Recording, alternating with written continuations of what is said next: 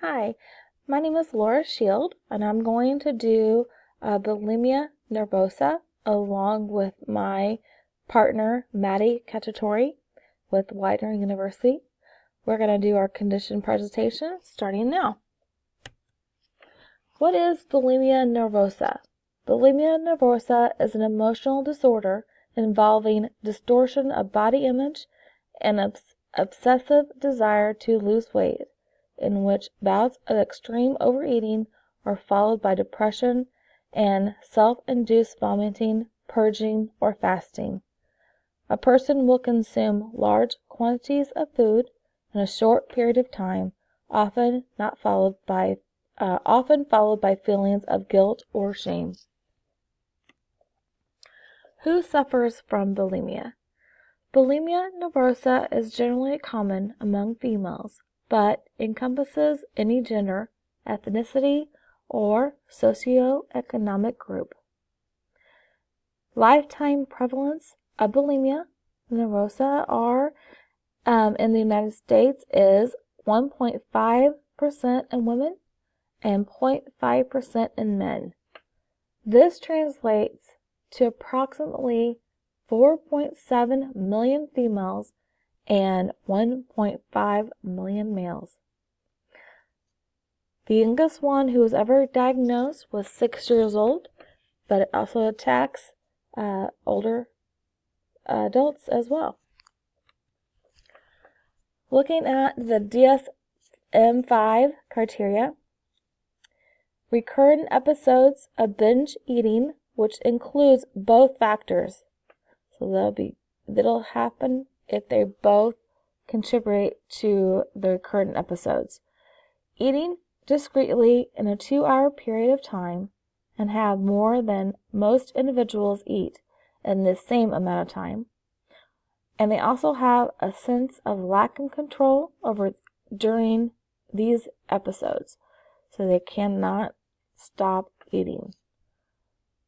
The next one is recurrent inappropriate behaviors to prevent gaining weight, such as self-induced vomiting, misuse of laxatives, diuretics, or other medications, fasting, or excessive exercise.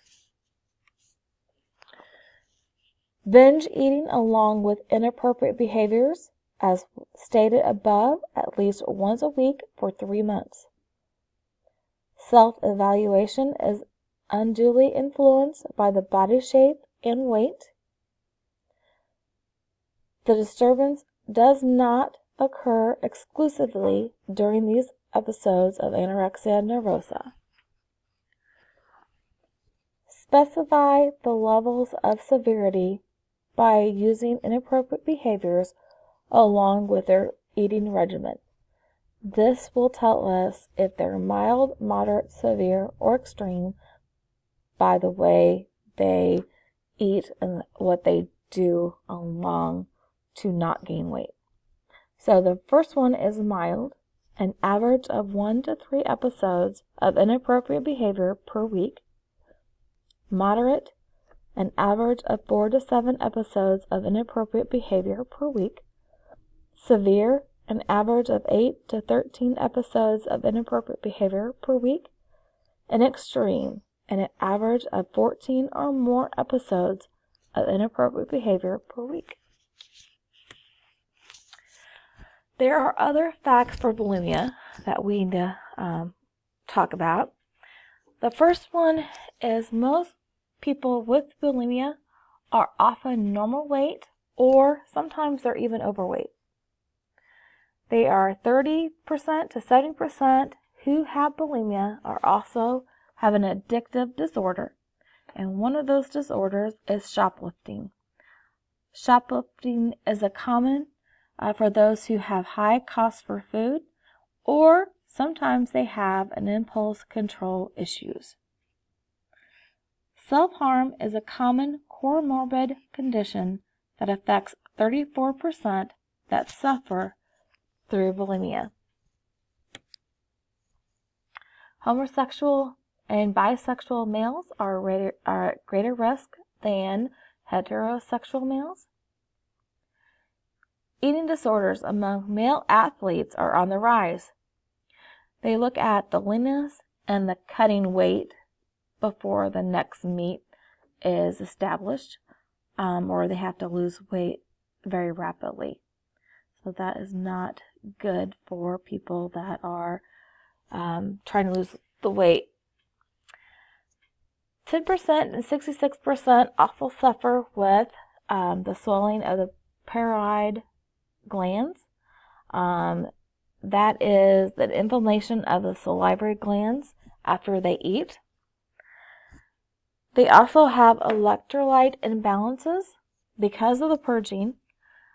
Different ones are called hypokalemia, hypochloremia, hyperphosphatemia, and metabolic alkalosis. Another common fact is we have a lot of increased risk of suicide because they feel so empty. All women have menstrual irregularities.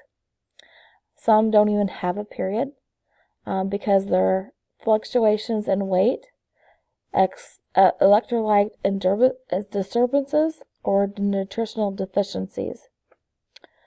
The one thing they figured out is cognitive behavioral therapy is the therapy used in treating bulimia, and a full recovery is aggressive at the very beginning of the disease to help offset a series of medical conditions that come out of that disease. They also show that some people take 60 milligrams of Prozac. That will help with symptoms as well. The bad thing is only 1 out of every 10 who have bulimia only receive any type of treatment. Relapse is common and it occurs regularly at about 30% to 50% of these cases. They are really looking at the brain and see what happens when your brain responds to eating. I call this bulimia brain. The new studies that are being done with MRIs, they show that there is neural processing differences between a normal brain and one that suffers from bulimia nervosa.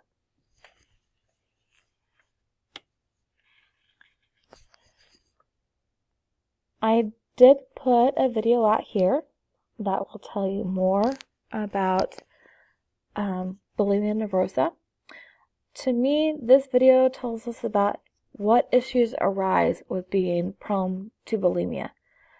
Mental and health problems become evident when they notice the signs and get them help immediately. We want you to start watching those adolescents. We want you to start watching the children that are growing up, that we can find out who needs help. And they are not alone. We want them to know that we're all here willing to help them out.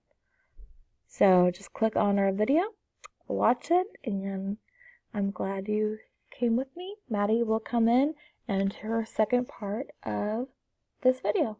Thank you so much.